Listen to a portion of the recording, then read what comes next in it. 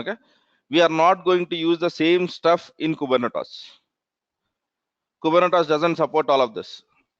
Okay, but here we are trying to learn this only to understand the perspective of how multiple machines connect. దీన్ని మనం వాడకపోవచ్చు కూడా. ఇప్పుడు ఏదైతే approach మనం నేర్చుకుంటున్నామో, this is basically for useful only when you are using something called as Docker Swarm. But our orchestration which we want to learn is Kubernetes, not Swarm. So Kubernetes has altogether a different way of doing it. Okay, so today whatever we are trying to do, or yesterday whatever we have done, is valid only if you want to do single or multi-host networking in Docker, that too using Docker Swarm. Okay, yesterday's stuff is quite reasonable, but when you go to Kubernetes, you will not have the same stuff. You will have a different stuff, because the specification document which we are using in Docker is what? CNM or CNI? CNM. Okay, Docker uses CNM and Kubernetes uses something called as CNI. They are altogether different models. Okay, so you will not have the same terminologies also there. You will have different terminologies over there. So we will be using CNI for our orchestration purposes. Today we are doing this exercise so that we will understand multi-host network. Okay, so whenever you want to do it in Swarm, yes, you will be using this. Okay, fine.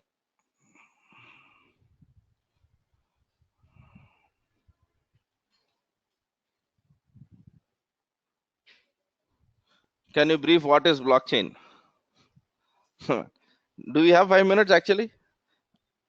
Okay, by the way, what I'll do is you next time during the demo, on the demo, whenever blockchain happens, okay, there is no need for you to join. You can just come to that classes if you are interested. On the demo day, anyway, I'll speak about more than half an hour about what a blockchain is and what it does. Right.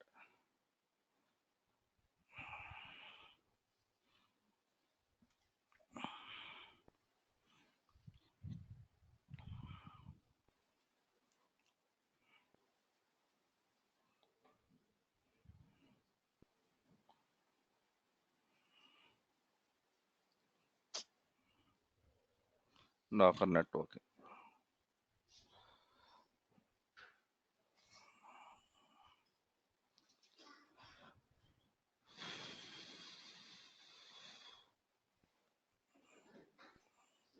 So we were able to ping C1 and C2, right? Yes.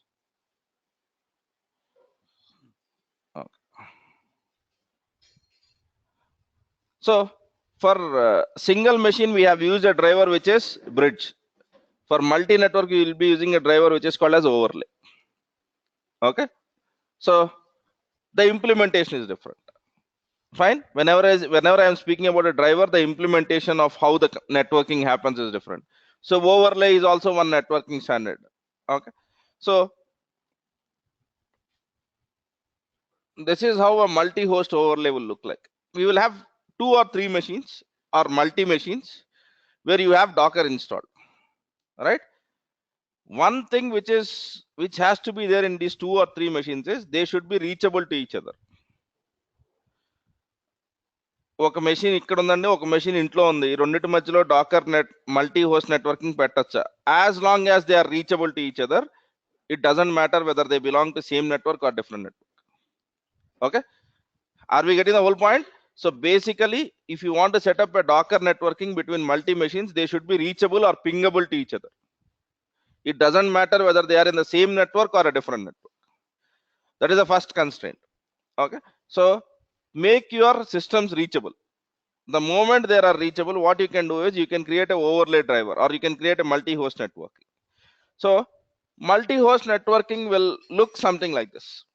Okay, logically it would look like a machine is directly communicating to the other machine, but actually what happens is it uses underlay.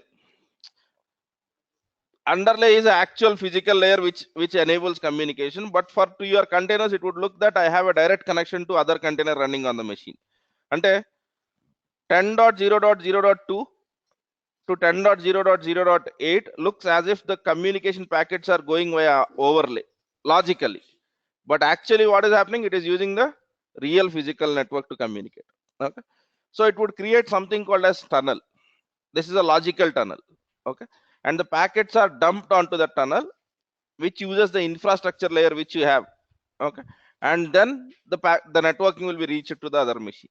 Okay, it might look like bouncer for the people who don't know about networking, but the whole point is, if I am able to ping, if I connected to one Wi-Fi router, you and your system and my system, if I connect to one Wi-Fi router, if we ping with each other, what is happening? My packet will travel within this network and reach your machine. Quite simple. You and me are in the same network. Okay, now basically here what is happening is, we are using that physical layer, but logically we are telling that it will create a overlay. This is a logical layer. You overlay another logical layer, it is not a physical layer. Okay, so this container will look like that is it is directly communicating to this. Okay, so in any overlay networking, you will have two things: overlay and underlay. Okay, overlay is it appears, but actually what is happening is it is underlay. Underlay is your real physical connection. That's why if you have came across my first word during this class, I said that multi-host networking is possible between two machines or three machines which are reachable to each other, which are pingable to each other, because that is your actual underlay. Okay, ఇది break అయింది అనుకోండి, ఓవర్లే ఉన్న పని చేయదు, because at the end of the day it has to communicate via this. So in this, what would happen? That is what he's trying to tell. You need to have an underlay, and then whenever you create a driver, it would look as if this is happening. You would have a tunnel that is created, and then you would have an endpoint, and this endpoint will be connected to your container via a sandbox or a bridge, whatever it is. Okay, so if you are using a overlay, you will be getting one bridge network also. This bridge network indirectly speaks with these tunnels. Okay, and these are all logical layers or soft networking. This is called as soft networking. Okay, so basically this is what is happening. Two containers running in two different machines will have virtual LAN kind of a network between them, and they would speak with one of them using a VXLAN tunnel which is being created, or a tunnel which is being created for an overlay network. That is a soft part, but actually what is happening, it is using multi-host network. Okay, so shall we try to simulate this? Okay, so for this I need to have two machines which are reachable to each other. So yesterday, if I'm not wrong, I have created machines in AWS. So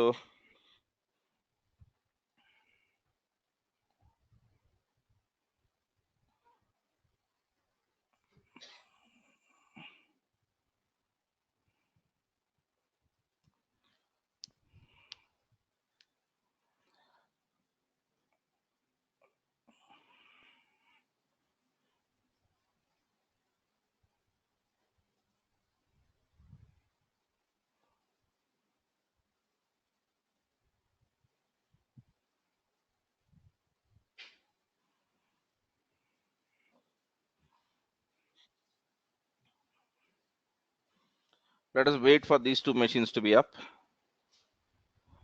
and let us see what is the security group. Launch wizard 3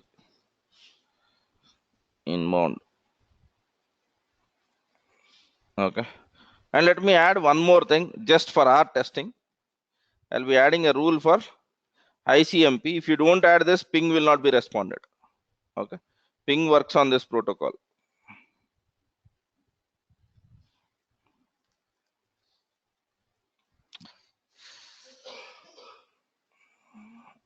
Okay, so let me log in into one of the machine.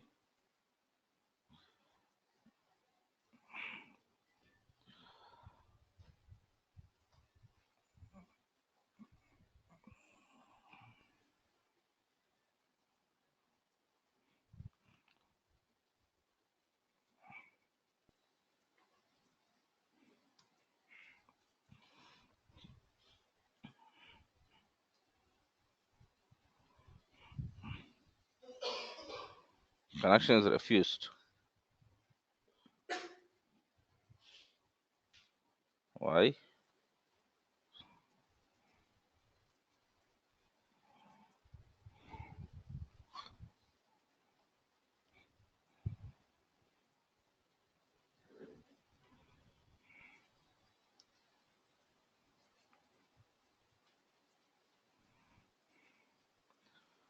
Good.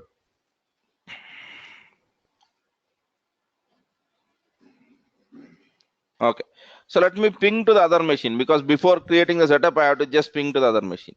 Okay, these both machines are in the same network, so there is no point for me to go to the public IP and then set for the network. So I'll be going with private IP address. So let me try ping.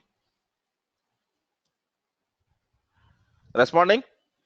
So first thing is, now it is clear that I can communicate with this machine, or I can create a network which has basically a overlay which works across these two systems.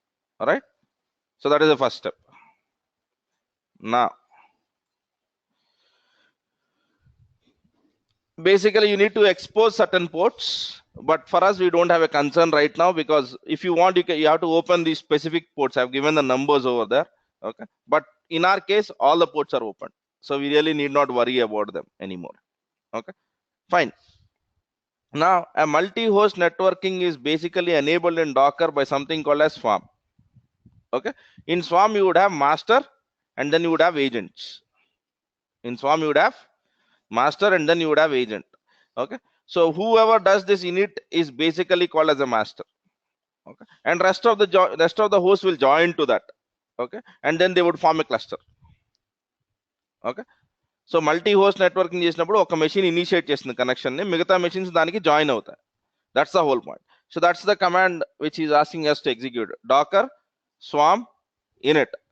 If you are able to run this, and then you would get some join commands after that, which you have to execute from the different machines, which you have to execute from the other machines. That's the whole point. Fine. There is some question. It's like VPC peering. No, not really. VPC peering is something which is real, which creates VPC peering doesn't expect two networks to be reachable. VPC peering doesn't expect that. VPC peering creates that. Okay, so fine. Now shall I execute this command, docker swarm init? Yes, docker. So let me see if we have something running on this docker first. Docker swarm init.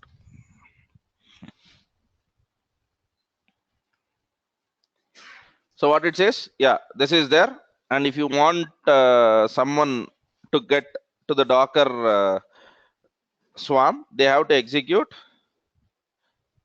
this. Okay, and if you want to add one more manager, then you have to execute this.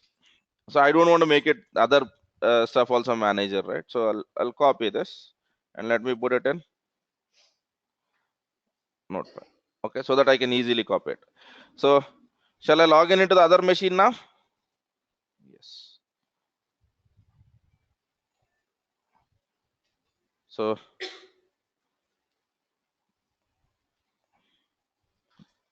43.44. Yeah, so we have to connect to this machine now. Connect.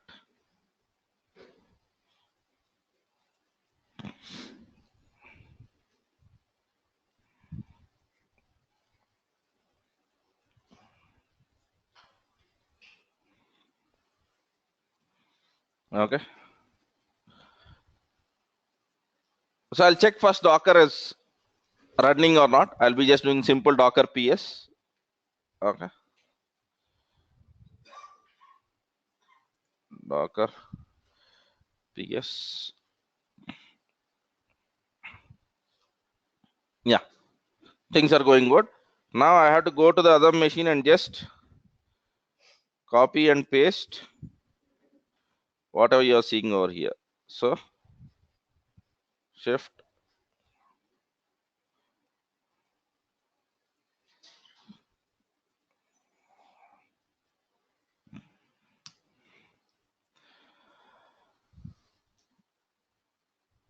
this node is joined as worker. Okay, so now our swarm has two things.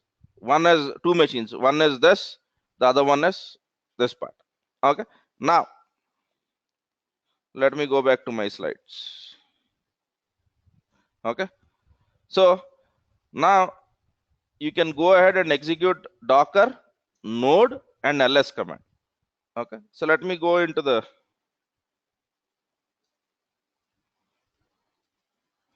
docker node and ls. Oh, oh,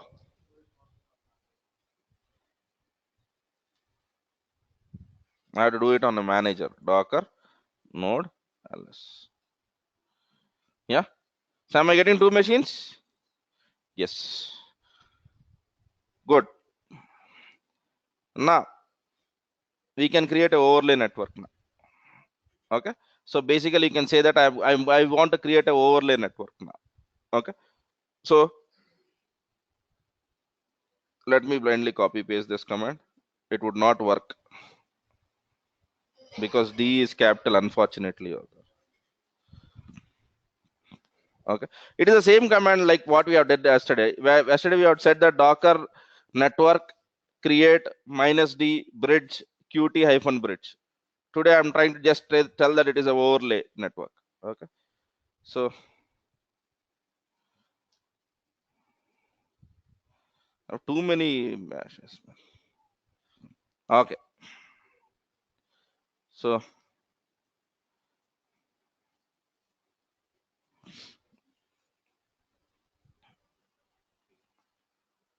okay, it says there is some stuff. So docker network ls. Are you seeing anything with respect to our stuff? Qt overlay. Okay. So let me go to the other machine. Okay. For some time, let me change its color, man. Background. Let me make it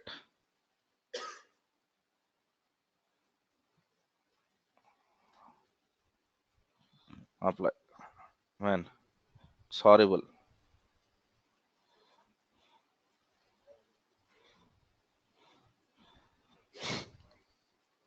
Yeah, let me make white and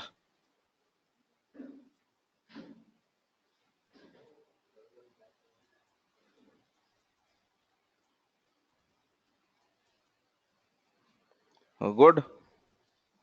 Yes. Okay. So Docker network ls. Are you seeing anything with respect to our Qt overlay over here? No, we don't have it yet. Okay, fine. Now what you do is let me go ahead and create a container. Okay, and now what happens is I'm trying to tell that I want to create a container which is called as a hello world. Okay, and for that the network which I'm going to use is Qt overlay, and I want three replicas of this network. Okay, in my case I'll say two because I have two machines. This examples are basically assumed that we have three machines which are connected. Okay, so let me copy all of this. Okay,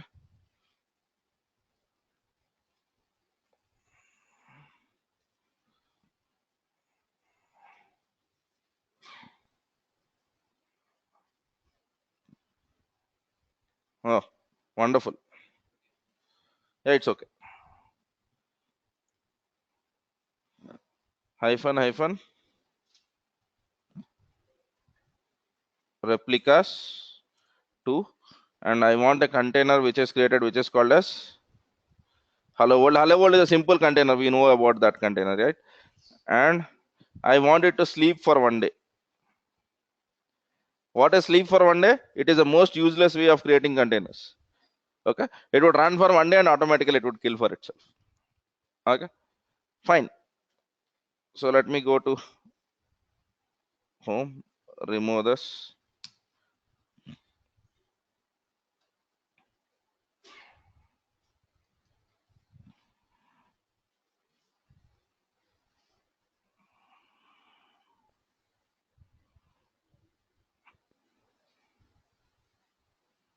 Okay, Few days back someone was asking me what is the difference between Docker service PS and Docker no Docker PS and all of that. Service is whenever you are working with multi-host networking and you are using a swarm and then you use to launch a container, that is called as a service. Okay, service will have some of the properties like self-healing. If you basically go ahead and shut down one machine, right, you said that you want two replicas. Okay, so service will ensure that you will have two replicas.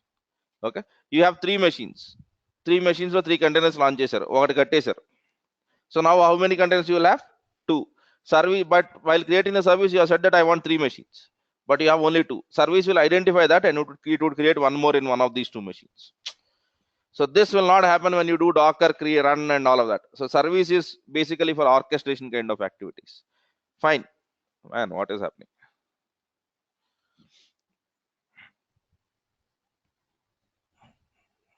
Okay,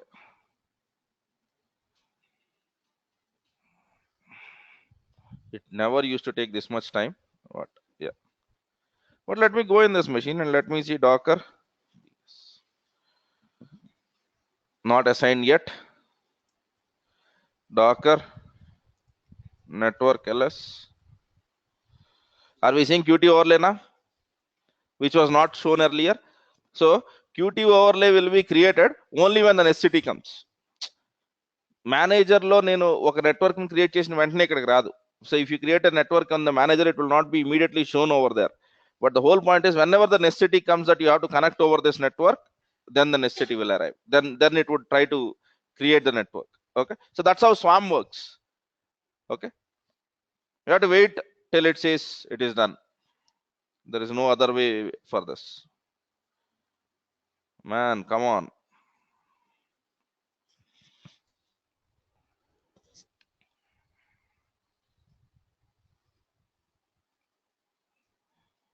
Generally, it will not take this much time.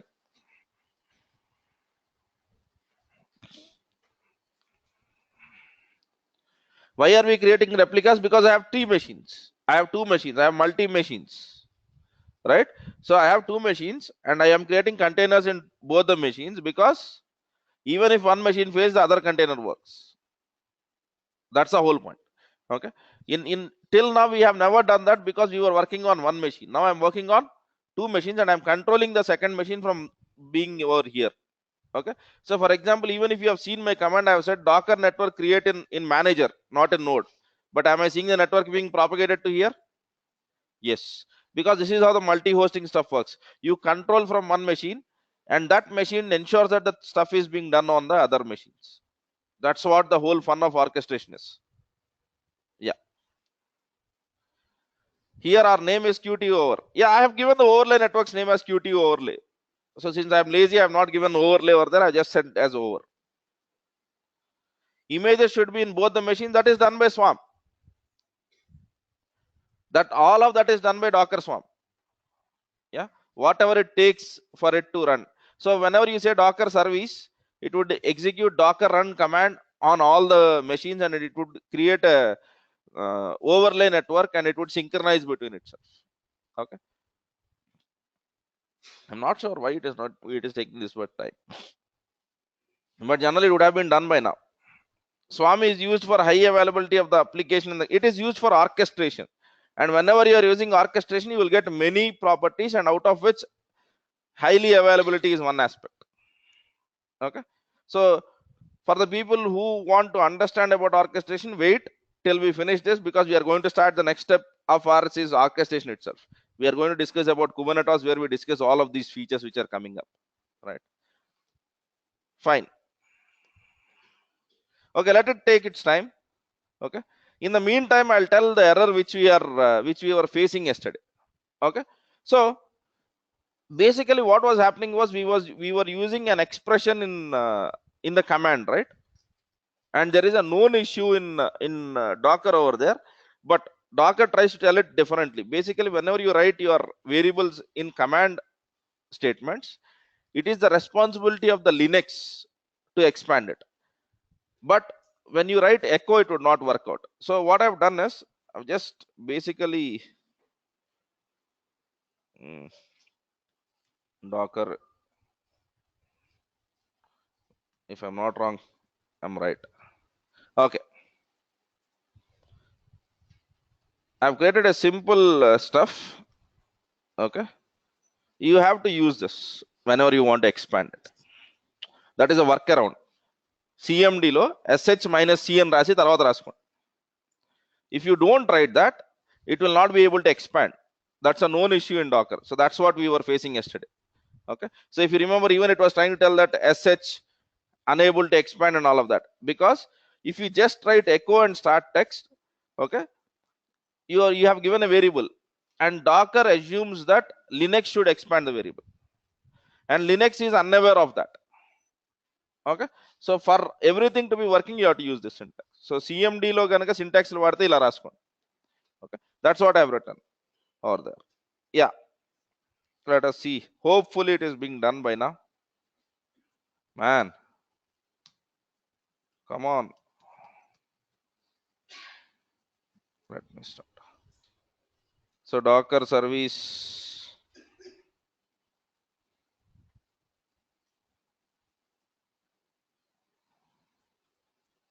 okay, what is the other simple stuff?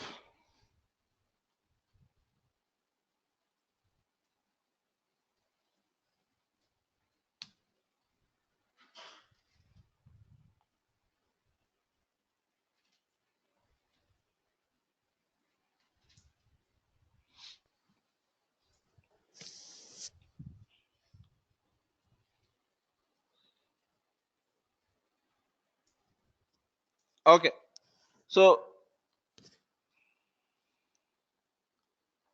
let it take its time. If it is not working, I'll find out why it is not working, but let us just go through this point. Okay, so now what is happening over here is, you have said that I want to create an overlay, and overlay is a network that expands more than one machine, and we have already seen that the network has been reached. Okay, we have created the network in manager, and it was basically reached to something called as worker or agent.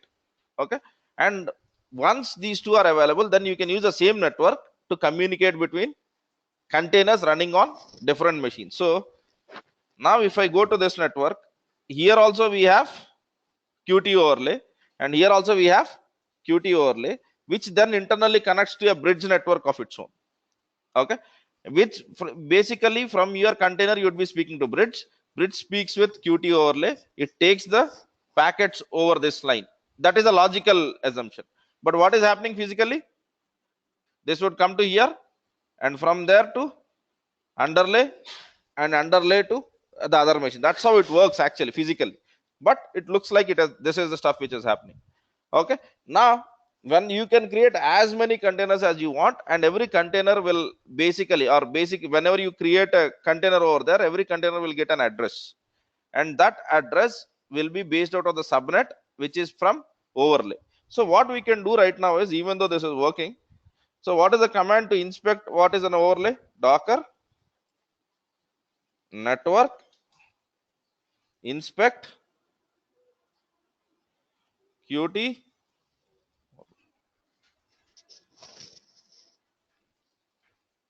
So the same range will be maintained on the other machine also.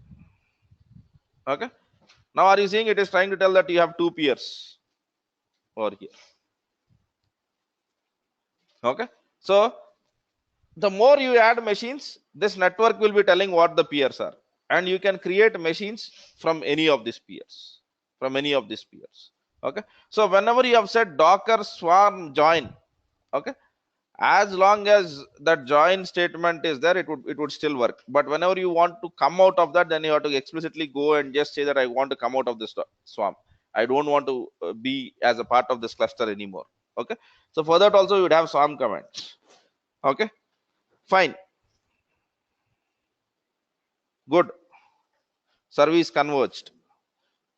Now Docker, I'm not sure why hello world was not working. As I said, it is a very simple stuff, it should start immediately.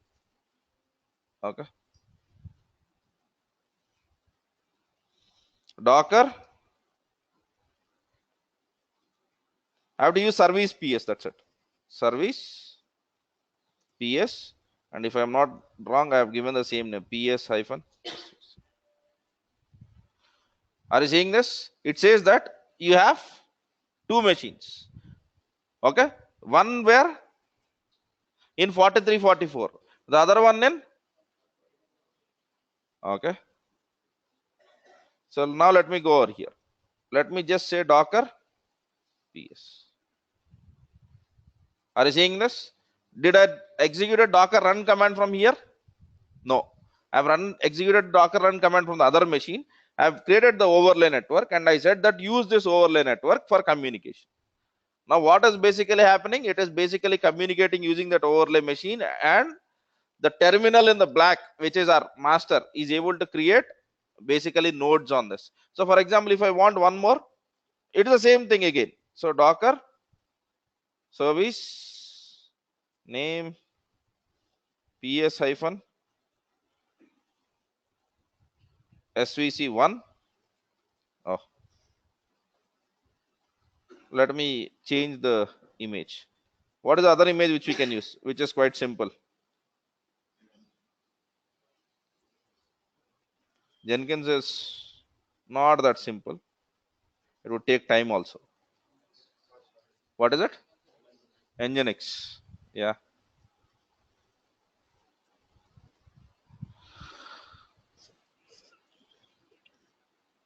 So now what it does is, to your manager, you said that I want two containers to be there. So it would go and fill in whatever machines which you have. So if you have 100 nodes, it will still work. But remember, manager also will host containers only when the other machines are whether the other machines are busy. So for example, in real time, let us assume that I had 3 nodes and I say 2 containers is what I want to create. It will not create on the manager, it would create on the nodes itself. Manager will try to be as much free as possible. Nodes, it wants to keep as much occupied as possible. Okay, here you have scheduling algorithms also that Docker has, but that's no longer our necessity as of now, because we are not discussing about Docker Swarm. Fine. So you can also determine the algorithm. How do you want to fill up the containers in one machine? So whether you want to go round robin, or whether you want to fill up one machine and after that you want to go to the other machine, there are many algorithms around it. Okay, fine. So the result of this machine should be, once it is done, if you do docker ps on the other machine, you should see something happening. Is it happening? Yes, but the command, where is that I am executing from? Altogether from a different terminal, right? That's how it is. And now there are a couple of commands which I had to cover in Docker, which I forgot about it. Okay, one is, if you want to know what is happening in Docker with respect to CPU memory in the container, so just execute docker stats.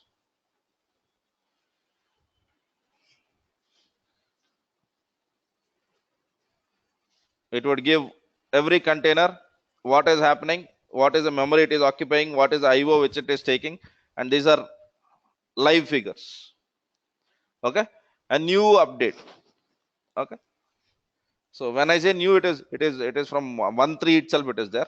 Yeah, but there it was newly added feature and not supposed to be used in they were not very what do you say, that was a new feature which was not really for production issues. No, but now people are using this. So there are some companies which use websites, and in that website they display these numbers. How are they getting these numbers? Basically from this command. Okay, there are formats to it also. You can use hyphen format and use \t and \t. అంటే ఈ కనపడే డేటాని ఎలా format చేయాలనుకుంటున్నారు అన్నది మీ ఇష్టం. Whether you want to show it as a table, whether you want to show it as a particular stuff, that's your choice. Okay, fine. Now let me try to maximize it. Okay, so if you see, basically it is telling the memory consumption also. Yeah, memory consumption is 0.01%. Okay, but these are live numbers, they get refreshed every time. Okay, so do it on a machine in Windows, it would be very better. So for example, if I do docker stats on Windows, it would give a better view. Okay, now there is one more command which is called as docker update. Okay, so traditionally, once you create the container, you cannot change the memory of it. right? But with Docker update you can do, but there are some restrictions, right? So for example, if you are updating the memory, you cannot update it beyond your system's memory. That's first choice. అంతే కదా, నా సిస్టంలో 2 GB ఉంది, నేను update and 10 GB ఇవ్వలేను. That's not happening. That's a first restriction. Okay, so you can update memory, CPUs, all for the container. Okay, kernel, what is the reservations, how much memory percentage do you want to give it to your container and all of that. You can use this update statement. Okay, relatively new statement, not many people are aware of this. This is a very new addition to Docker. And whenever you are using this on Windows, okay, remember that whenever you use Docker update, sometimes you will not be able to update it beyond 4 GB, beyond 4 GB, because in Windows when you install Docker, what was actually happening was, okay, you will not have this problem in Linux, but you would have this problem on Windows machines. So are you seeing mobile Linux VM? What is the assigned memory to it? Okay, so there are some Linux containers which run from here. So you cannot create containers beyond 2048. Okay, especially this in Windows 10 it's okay, but in Windows 7 if you are trying to do it, you have to increase your virtual boxes, the default Linux machines memory. Okay, Windows 7 లో మనం machine create చేసినప్పుడు virtual box install అయిందా, right? That has a memory, right? And whenever you are saying update, actually you want to update something which is present in that machine. Okay, so whenever you are seeing a restriction in Windows machines or Mac machines, there are some different fixes for that. Okay, but there are, that is not very fully functional, not heavily used in production, but very newly added feature. Okay, so what you can do is CPU utilization చూడండి. So you can increase the memory. For example, if it was running with 200 MB, okay, and then you can increase to it. And there is one more change which they have done. Initially when they used to create containers, they used to give a fixed length of memory. So for example, it was 256 MB. Okay, but now they have removed that. Docker, while executing the container, can give any amount of RAM to you. It is not fixed anymore. That is no longer fixed. So these are the new updates. So whenever you are running a Docker container, you will not know what is the memory which it is running on. The only way you can come across that is run docker stats -all. Then you will see your container name and what is the memory it is occupying. Okay, if you want to increase that, then you can use docker update -memory, right? Fine.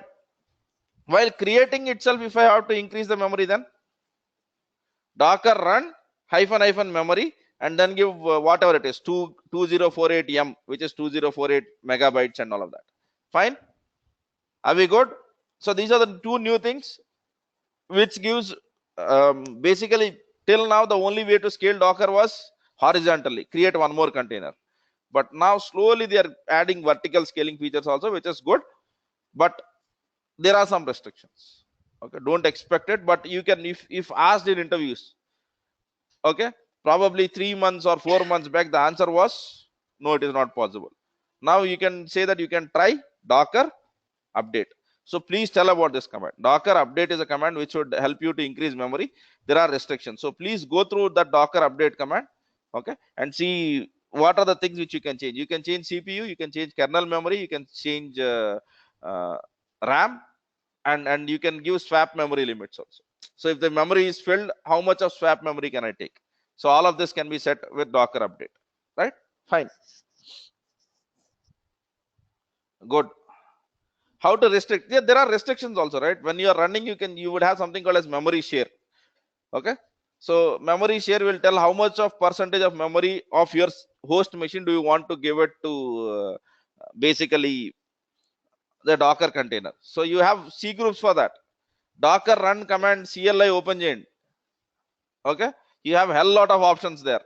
You have memory there, memory shares, kernel memory, you can put every restriction over there. Okay, so docker run CLI, go through there, you would have a lot of options. Fine, good. So that's what I had, yeah, with respect to docker. So docker stats all and docker update, two very useful commands, right? Fine. Now Obviously, otherwise how will I come to know? So I would refer you any CLI usage, please go to the Docker's website. There are new changes. And last time 70 days back when I said Docker, okay, from that date to this date, there are many command line changes. Okay, and I'm telling you this word also next 70 days, whenever I'm going to tell the Docker again, I will see again some more changes. We can't stop that. So the only way to keep ourselves updated is so just go to the Docker's documentation site for everything. Yeah, just go to the Docker command line and you would be taken to that page and basically see all the options. The options are being added.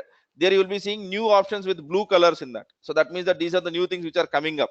Okay, so there are many lot of work being done on Docker guys. There are many companies who are participating, so you can anticipate many changes over there. Yeah, okay, then fine,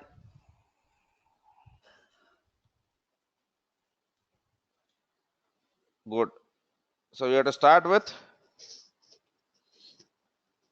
Kubernetes. Before going to Kubernetes, let me set the context why we need that. Okay, then let us get into the Kubernetes side of the things. Okay, fine. Whenever we are running our applications, okay, on containers, okay, in production, right? So will we have fixed number of containers or these numbers can vary? We cannot tell what is the number of containers, because if you remember I said that we will be breaking our application into multiple parts, calling as microservices, and we might scale them independently, right? So will we run all the containers in one machine? You can do that, there is nothing wrong with that, but what happens if that server fails? In production you cannot take that risk, right? Even if your server fails, you want your application still to be available. So first thing which you are doing is playing with many containers. Okay, okay, and apart from that we are playing with many hosts. I'm quite sure that we know the difference between host and container. Host is the machine where Docker is installed.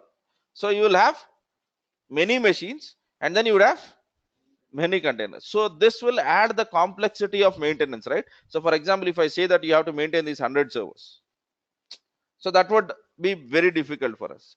So we want to maintain, or we want to look at a solution which will give us a view which is something called as orchestration. So when I say orchestration, basically it is going to one or two servers and trying to look at what is happening around. Okay, rather than going into every machine and every container, I'll be trying to control the stuff. We have just seen an example of orchestration in the earlier demo. So for example, I have been into one container, I have issued the command docker service, and then I have said that I want 3 replicas or 2 replicas.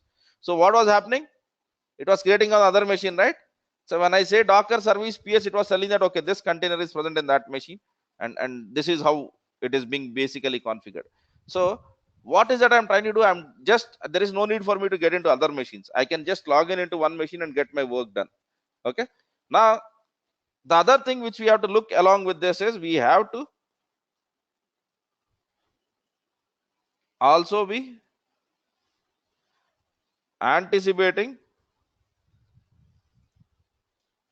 failures. Your containers might crash, your hard disk might fail, power supply might fail. There are many reasons why things go wrong. So you cannot expect that everything will be ideal in the real world. There are many failures which could happen. Okay, and apart from all of this, you would have regular updates to your applications, right? In Android it is quite evident. Every day we would see that a new update is available on Facebook and all of that, and Android Play or Google Play tries to update our system. So similarly, even if it is not that frequently, but at least we can expect some updates happening in our containers. So I have to play with many containers which are present on many machines. Okay. Apart from that, I have to anticipate failures. And then my application is going to be updated frequently. So if I use Docker run commands, tell me how are we going to solve this? Till now we have executed everything from Docker CLI. Good.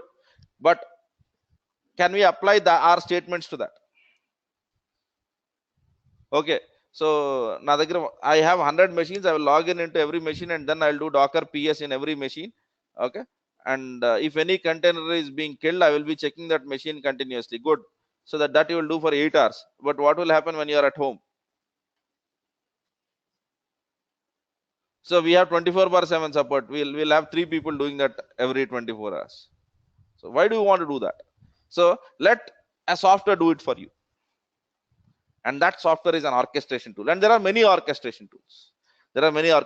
For example, the Swarm, which you have seen just now, is also meant for the same purpose. Okay. And then we have Kubernetes, we have OpenShift, we have Nomad. There are many things that are over there. But Kubernetes is like Microsoft Word in the document processing. Okay. So Kubernetes is at the top, and then there are no 2-3 positions, and then people are fighting for 4 and 5 positions. That's how big the Kubernetes is, right? So Docker natively in the enterprise edition doesn't support any other orchestration, but now they have added support for Kubernetes. If you go and install Docker enterprise edition, right? So there is no need for you to install Kubernetes separately. Kubernetes is part of that installation. You have to just tell that switch to Kubernetes. Switch to Kubernetes or switch to Swarm. You can choose what is the orchestration which you want to use. That's what a Kubernetes stuff is. And Kubernetes has one more wonderful advantage. Kubernetes is basically written by Google. How come that is an advantage? Google Ratha Goppa. Yeah, we can have that feeling. Okay. So we were using Google search all these days, right?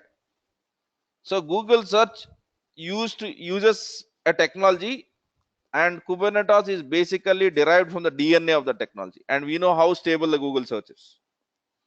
Okay. And now Kubernetes is used in life for some of the Google services which we are using already. So it is a proven product. It supports scalability. Okay. So these are all the advantages which Kubernetes, political advantages which Kubernetes has.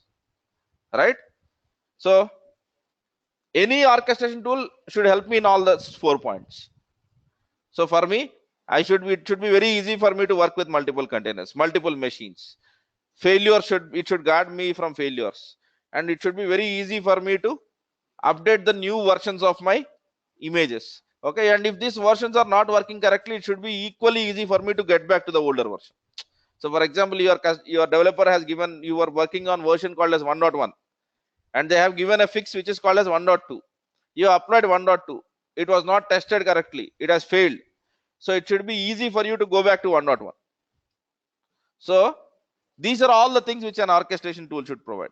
Okay. Docker commands which we have discussed till now are good, but they are good at a single machine level. But whenever you want to look at a multi-machine and this kind of complicated scenarios, we can still use that command, but you have to do a hell lot of work.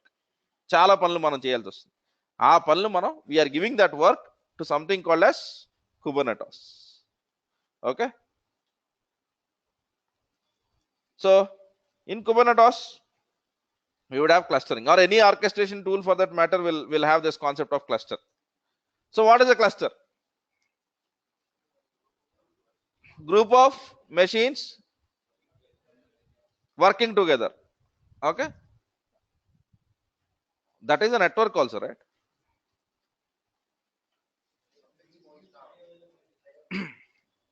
Pardon me? High availability. So do you mean cluster will give you high availability? That's your intention. I'm sorry, that's not reality. So I can take group of machines. Good. Okay. And then I say that I form a cluster and I form a network. What is the difference? In both the cases, you are combining machines, right? So what is the difference?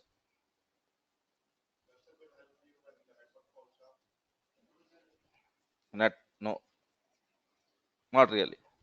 Very logical answer, but not that. Okay. So difference between cluster and network is when you see from outside, network is still the collection of multiple machines, but cluster will look like one huge machine. You will not have multiple interfaces. You will have a single interface for communication. Cluster చేసినప్పుడు Hadoop cluster అంటాం. So what is that you would have? You might have thousands of machines there, but for the external user, you will have one way of entry. So they would, for the external user, my view is it is like a very huge computer which has these many computing resources. But when you speak of network, still they are independent. So if I have to get into individual machine, probably I might need to get into IP address of every machine. But in clusters, we don't do that. Okay. For example, in the earlier case, the terminal in the we had two machines, right? But for the external world, it would look like one machine. Okay. And that one machine is nothing but your manager. You will not be logging in into your workers, and then you would be executing just every command from manager. And if an external world wants to speak with you, you would be speaking from that manager. So cluster is technically different from network or combination of machines with how many endpoints it serves. Cluster has limited endpoints, whereas a network has many endpoints and it is unlimited. But in a cluster, you are not supposed to do that. Prati machine ki oka port expose chestanani, not happening, because all of your workers will be in a private network. There will be only one machine which would be available for communication. That's a technical difference, right? So in Kubernetes, you'll be creating a cluster, which means that we will have limited, okay, endpoints. You will not be able to communicate to every machine. Yeah, you and me will be able to communicate because we are admins. I'm not telling our perspective, I'm telling the customer's perspective. I'm telling the user of this cluster's perspective. User of this cluster will communicate with one or two machines. That's it, max. Okay. So one or two, I'm telling because the machine which is exposing, if it fails, we should have an alternative. Okay. So that's the difference between a cluster and a basic collection of machines, right? Okay. Is it possible to Docker Swarm endpoint to AWS Route 53? Is it possible to show it in class? Absolutely no. Swarm, I'm not interested. Okay. To be very specific, even your Naukri and LinkedIn are also not interested. That's why I am uninterested of it. Swarm is not heavily used. Okay. If you want, you can do it in Kubernetes. Right? Yeah. Cluster is used for the same function. Yeah, relatively closer answer. Yeah. It is used for the same purpose and it will have generally very limited endpoints. Yes. Okay. We have two nodes, but given 4 replicas, it gives any error or continuous error. It will create 2 containers per machine. But if you have said that I want to create 2 containers, and also you have specified a memory limit which is beyond 2 nodes, then it might fail. Okay. But if you have told even 6 containers, it will try to create 3 containers per node. That's how it works. Yeah. How about the security aspects of containers related to firewalls, patches, etc.? Okay. I was being asked the same question yesterday. Fine. So there are 2 ways of doing it. If you want to basically have this, first thing is firewall you don't require. Okay. You can harden the OS, you can do all sort of that stuff. Why do you want to harden the container? Harden your physical host, which is basically communicating. Are we getting the whole point? Container ni security add చేయడం వల్ల మీకు జరిగే ఏంటి what is a benefit ఏమీ లేదు, because what is container relying on? Everything it is relying on host machine. So control your host machine. Okay. So why do you want to get into the container and play with its rights? It's like child labor rights, right? So similarly, let us have some rights for the container. And now when it comes to patching, there are 2 ways of doing it. So how do you do patching? You log in into the machine and you do some update. So can I log in into the Docker container? Yes. Can I do the patching? Yes. Okay. But is it a suggested way? No. So try to create a new image which has a patches. So for example, you had a version called as my Apache and the version of it was 1.0. Now create a new version called as 1.1 which has your patches. That's a right way. But only in the cases of emergency like ransomware and all of this, you can still log in into your containers and then do it. But suggested way is have a new version of image for that. Image lone patch పెట్టేసుకోండి. Build a new image which has all of your patches and update your containers to the new version of the image. That's it. That's the best way, right? Okay. Can be the worker as manager to other machines also. Yeah, whoever joins, okay, whoever joins to this swarm, there are two ways of joining it. You can join as a worker or you can join as a manager. Okay, so we will join as a manager just to make it highly available. Even if this manager fails, you have other alternative. That's the only point. Yeah. I want to install Jenkins on a specific machines in a cluster instead of all the machines in cluster. How to do it in either Swarm or Kubernetes? I am sorry, sir. We have not gone to the till extent. Okay. Rangasthalam audio release అయింది, climax లో ఏమవుతుందని అడుగుతున్నారు మీరు. Okay, దానికి cinema release అవ్వాలి, అవన్నీ జరగాలి. Okay, I have just told the definition of a cluster and what orchestration has to do. You ask me this question on Saturday or Sunday, I'll tell you how to do that. Okay, and to be very straightforward, I don't think so it is a right approach to decide on which machine I want to do it. Yeah, that is not a good approach. If you are doing that, your failure points are predictive. Don't make your distribution of machines predictive. Okay, that's not a right approach, not a sensible approach. I don't know the logic behind it, but it is not required. Fine. So let me go ahead and start on Kubernetes. What is Kubernetes? Okay, I think we have some answers for it. So this is the name of the Kubernetes is derived from this. Okay, so what is this? Okay, these are all the DNS, but this is called as Kubernetes. I'm quite sure that everyone has seen the ship. Yeah, in the ship, how do you control the ship? By using something like this, right? Yeah, so the name of Kubernetes is basically derived from this. Okay, and it is born in Google. Okay, and it has been made a open source. Google has basically worked on it and it has basically made it open source. Okay, so Google search has been using products which are meant for the same purpose with some other, not for Docker but for some their own implementations. They have the products called as, the last one which you are seeing is Omega. Okay, in between what you see is called as Borg, and extremely to the left what you are seeing is Kubernetes. Okay, so these are the three flavors of orchestration. Omega and Borg are closed sources, they are not open for us to use. Okay, so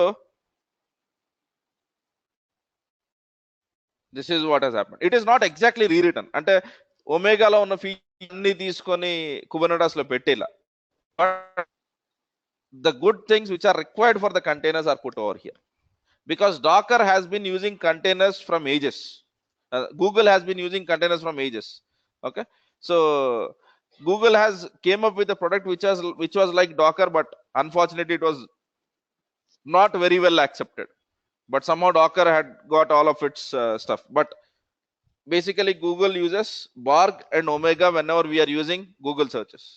Okay, so what Google has done was has taken a DNA. When I say DNA, it's not exactly copying code. It's basically what are the best practices of it, and these are the products which have been in market from approximately 10 to 15 years, and they have taken all the best practices and designs from that and they have rewritten Kubernetes. And Kubernetes is completely written in a language called as Go, and obviously Go is from Google itself, right? So sometimes you also might see something called as K8s, because Kubernetes is too much big to speak. People might call it as K8s. K8s is also means Kubernetes. Okay, so Kubernetes is basically taken from Greek word, okay, which means the person who steers that ship. And exactly that is what we have to do with respect to orchestration, right? మనం మాట్లాడుకున్న orchestration లో మనం చేయాల్సిన పనులు ఇలాంటివే. So you have to stir your ship with containers. Okay, so this name was taken because Docker uses that container whale, this kind of or a port kind of a terminology. మీకు ship yard images ఎక్కువ ఉంటాయి మీరు Docker, if you see the Docker complete context. So that's why they even they have picked up the name from a person who steers that ship with containers. That's the whole point. Okay, fine, good. Kubernetes, why do we require it? I think we have slightly spoken about it. I've spoken about the scalability challenges. I've spoken about multiple machines to really worry about and all of that. Okay, now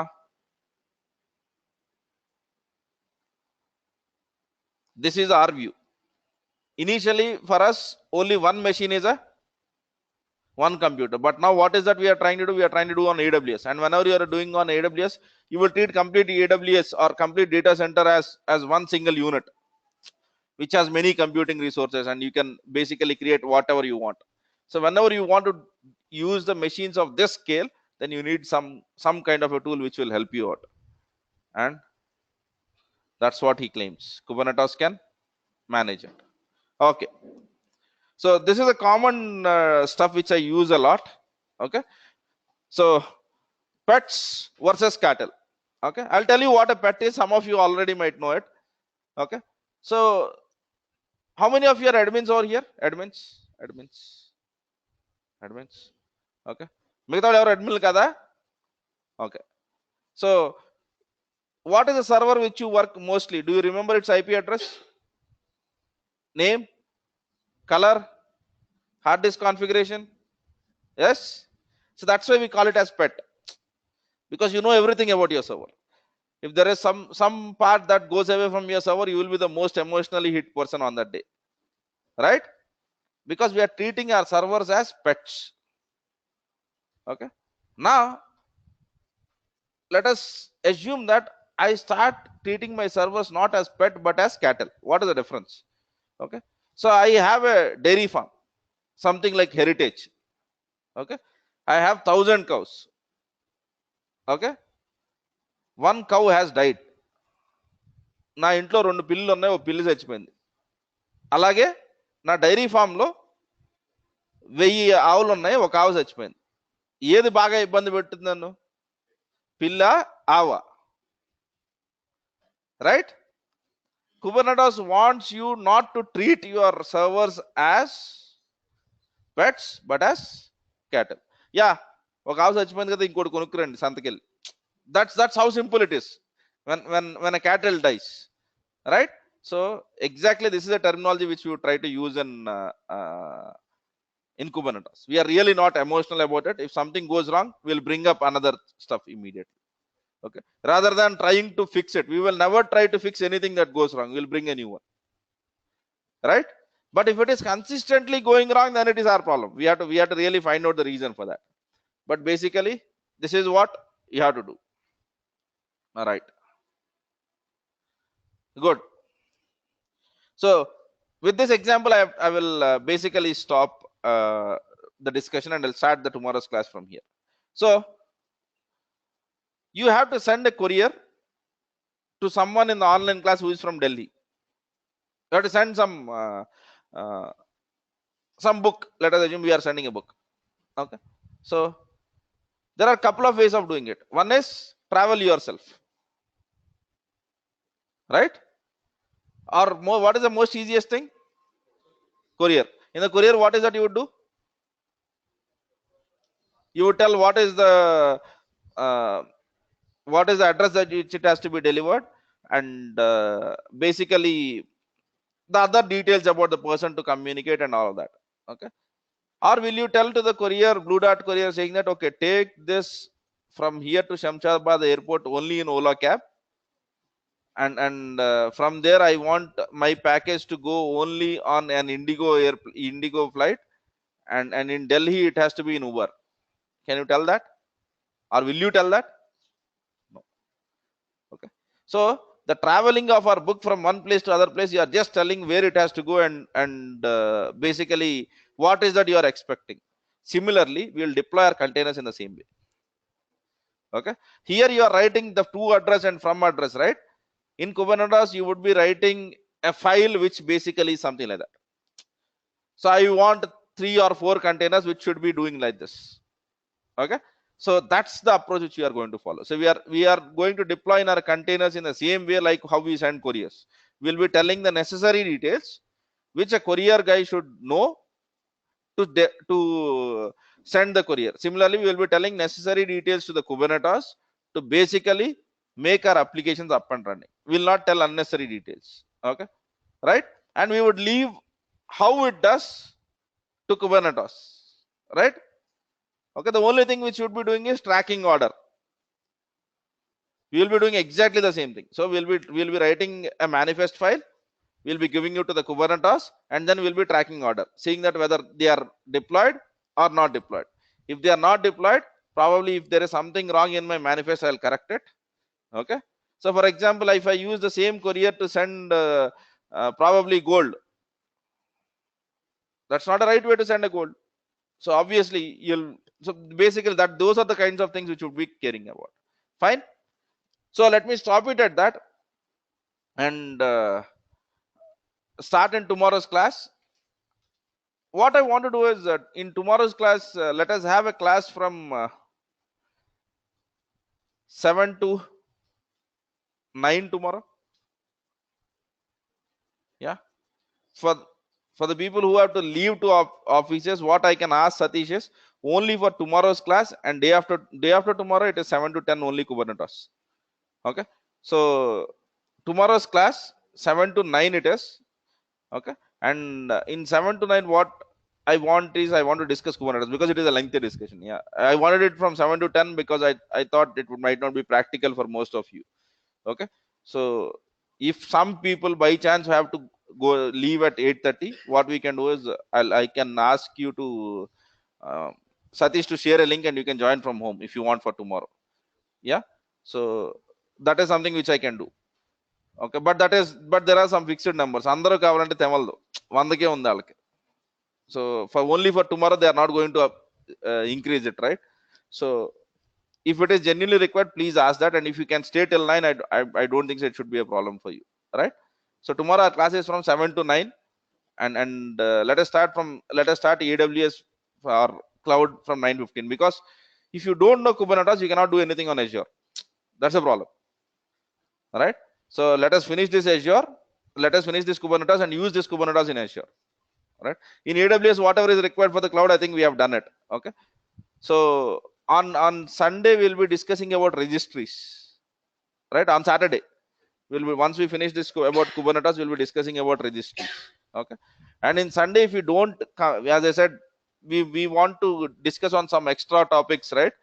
So for that purpose, let us see in Sunday also if there are some topics left, we will be discussing on Sunday, right?